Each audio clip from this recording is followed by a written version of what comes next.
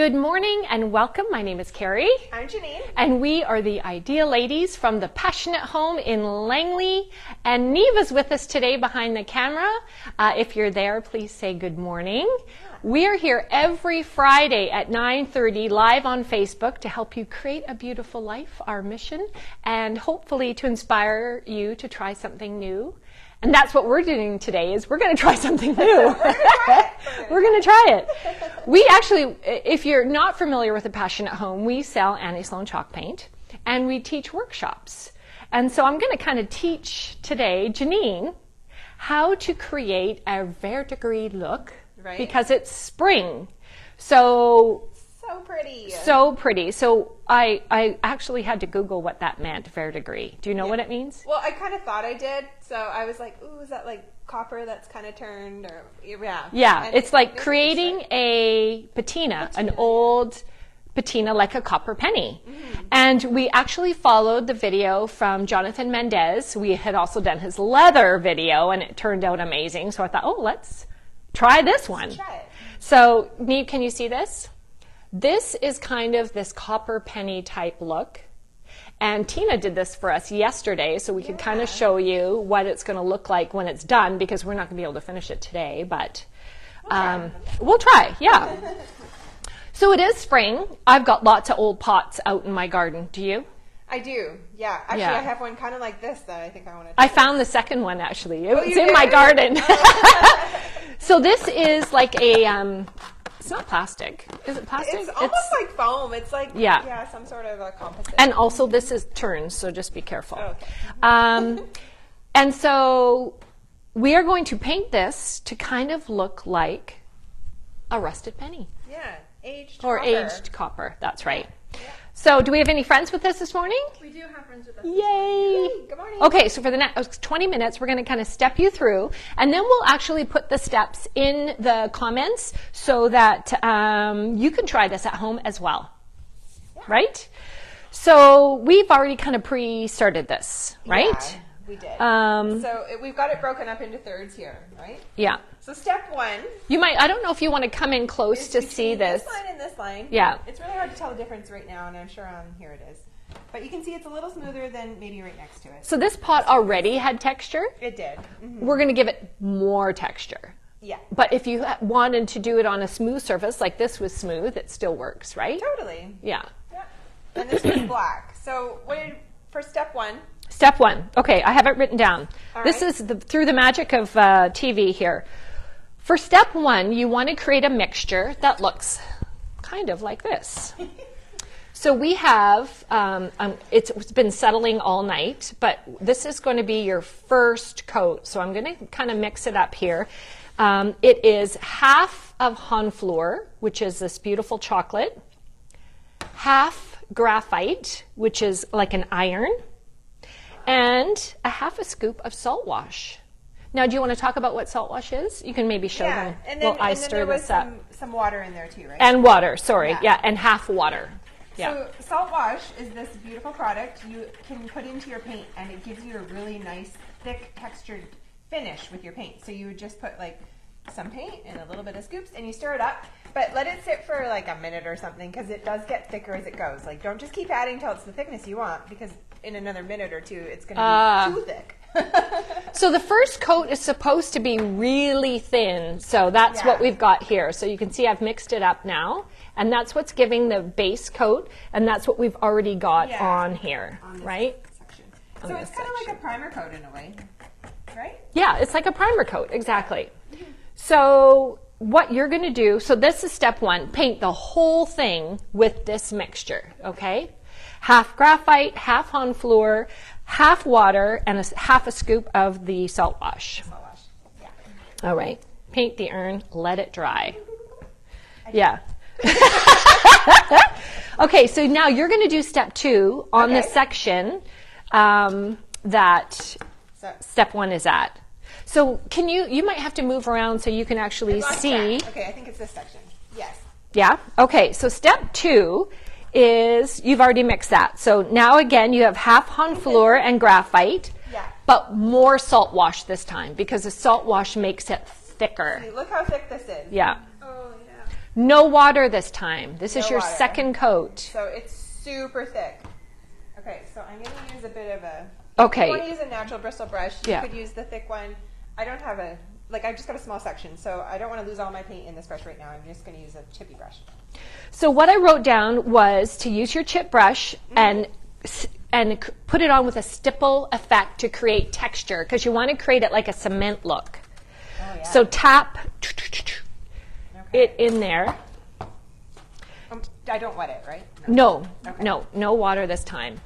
Can you get in and see how thick that is? That's what's going to create that kind of concrete look. Are people with us?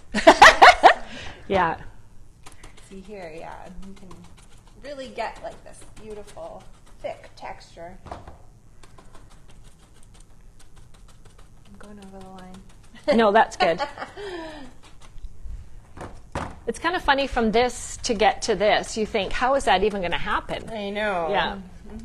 Through the magic of chalk paint. We'll show you. We'll Yeah. show you. And of course, you could use lots of different colors for this, but to get this particular look, Right. this patina, you're going to use the colors that we have set out. Okay. So that's the second coat. Yeah. Lots of texture. Now you have to wait for this to dry. But it takes longer because... It's so thick, right? So And thick. you're putting it on, yeah. Yeah. Should we blow dry it? We can blow dry it a little, or do you want to just paint the second side? Sure. What should we do?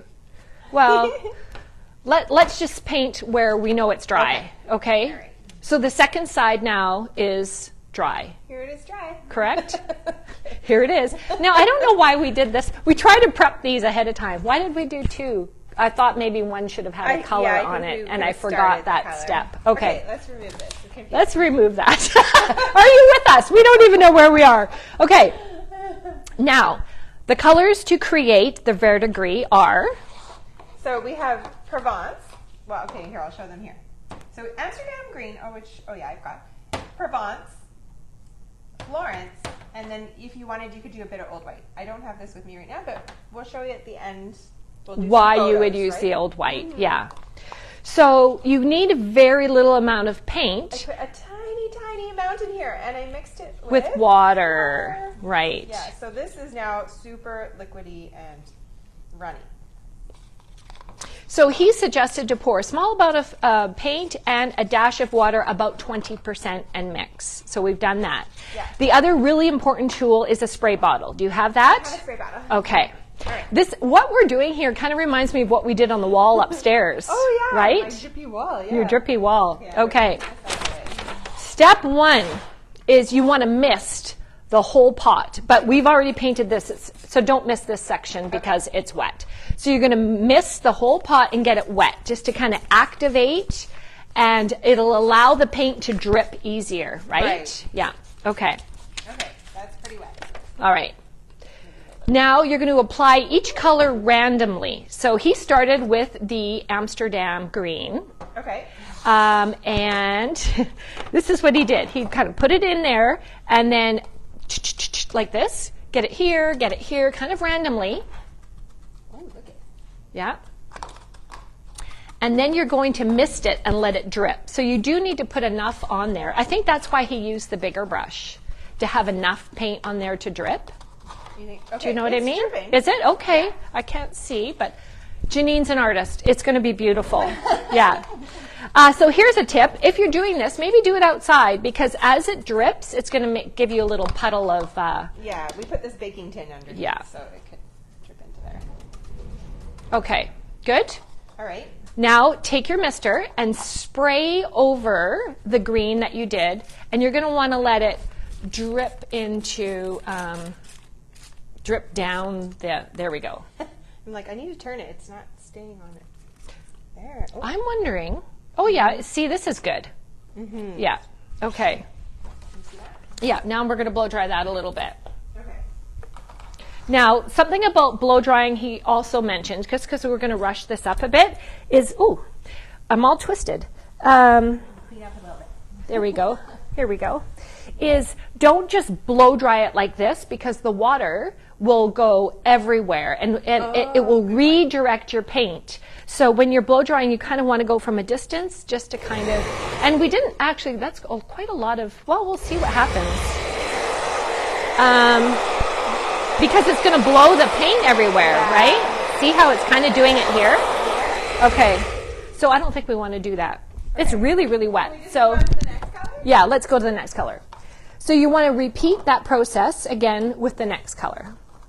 Okay, this brush is a little thicker, so let's see what happens. Ooh. Yeah, see, put it on, yeah. Oh, so all these drips are going to naturally create your patina. So pretty.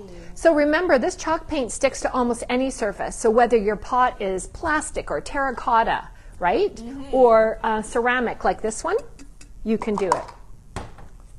Okay, can you guys see this? Carrie can't. I can't. I'm assuming it's beautiful, but I don't know what's happening. I think it does look like. Does it already? Yeah. All right. So then you're going to spray that.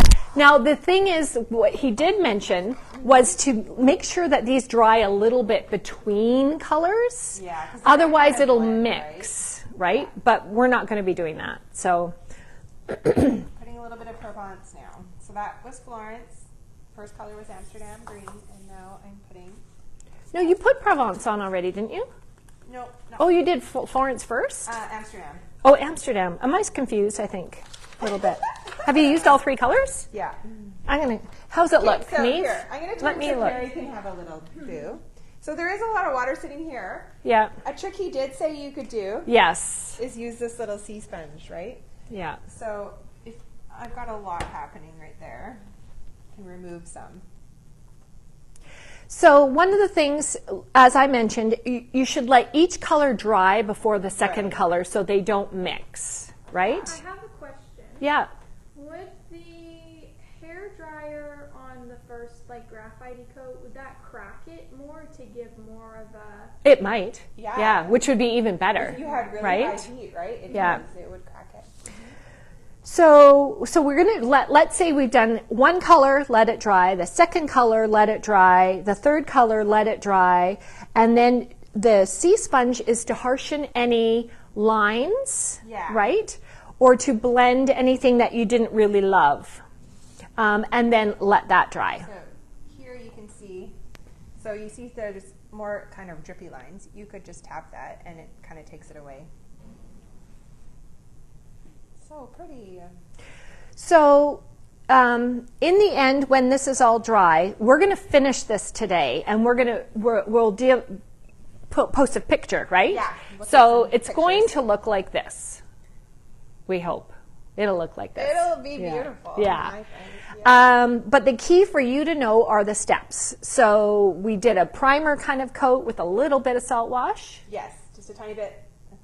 Okay, so 1 part water, 1 part Hon Floor, 1 part graphite, and a little tiny scoop of salt. Yeah. Stir that up. Yeah. Prime it. Then the second one. Now we have 1 part graphite and 1 part Hon Floor and a scoop and a half. I mean, depending on how much paint you have, to thicken this up of salt wash. Right. Right. And you put it on, creating lots of textures for that cement look. Right. Stipple. And then really you could see how little paint we used. Yeah. Now, do you know what the old white was for? So the old white, once this is completely dry, right? Yeah. You can kind of get in there and just... Well, they say sometimes those pennies will kind of mold. Oh. You know, the copper? Do you know, if you see, you see little white marks, so you could just put a little bit here and then soften it with the sponge. Okay. Yeah. Let it all dry. Now, the question is going to be, do you wax or do you not wax? Do you know? Well, I think it depends where you're putting this on. Yes. Correct? Yes. Mm-hmm. So he was using his indoors undercover. So he waxed it all. And I thought, when I saw this finished, I thought I would clear and dark wax this. I think it would give it even more, right? It brings it would bring it to life. So maybe we'll do that to show you guys what that looks like. Okay. He also said if you wanted to make it just put it out in the rain, you should shellac it or something that's going to keep it water repellent. Or just like me, I would just put it out and let it age anyway over time. Yeah. But if you let this sit on a sunny day, it would bake in and it would be just beautiful. So pretty. Yeah. Christine said, sorry I missed the beginning of this. What is the urn made of? So it's some sort of a foam composite, right? Like it's very lightweight. It's not Yeah. quite plastic. Yeah. Super lightweight. But it's going to look like concrete and look heavy when we're done. But really, Yeah. you could do this on anything, right? You could do that on cast iron urns. You could do it on plastic urns. On Exactly. This one, and our ceramic vase. I have some cast iron urns at home and they've sort of discolored and they don't look great too. anymore. Yeah. Yeah, mine are quite rusty and stuff. So I think I kind of want to do this. This for would them. be kind of a cool thing. He actually, there was another thing he said, if you wanted to create a zinc look, you could mix Louis Blue and a little Old Violet Oh, interesting. Oh, that would be beautiful. with the Wow. same sort of technique of this dripping. Yeah. And I was just joking with Janine earlier because she painted the wall upstairs here at the store. One afternoon we were kind of going crazy and she just sprayed the wall, put the paint on and sprayed it, and it just dripped down but gave such a cool effect. Yeah. Right? You'll have to come and check it out. And you did a beautiful wall That's too with right. the sponge, right? Like, well, That's I right. think it was a towel, but yeah, kind of same look, sponge. Exactly. Back in the Debbie Travis days. So hopefully this inspires you to, that it's supposed to be a nice weekend. Maybe get out, look at the flower pots that you have, see what needs a little refreshing. Chalk paint sticks to almost any surface. So whether you choose to give it a patina like this or even just straight painting it, this is an excellent product for that. So we will put the colors in the comments, right? Any other questions, Neve? I don't think so. Okay. No. What were you going to say? No, I'm just, chalk paint. Chalk paint. We got in so many beautiful things Oh my gosh. for spring. Like so many. I haven't even shown half the, it's gorgeous. So many pillows. Lots of pillows. Right? Yes, lots of pillows. Dishes, lots of things for your kitchen, tea towels, matching napkins. We can't even show you everything because so many things have come in, but we're going to do our best next week on Friday at 9:30. We're going to be here and create some beautiful spaces for you using some of the new spring textiles and decor that have come in. Yeah, exactly. Let's Right? create some looks for your sofas maybe, right? Yeah. All the beautiful pillows. If she didn't buy them all already. Yeah. Other than that, I think we're good. Yeah. Right? So Can't wait to finish this. I know. So keep watching. We will post some pictures and we will finish this today. And thank you so much for watching. And Happy St. Patrick's Day. I'm in green. I know. You forgot. Yay. Yay me. All right. Thanks so much. And we will see you soon. Bye. Bye.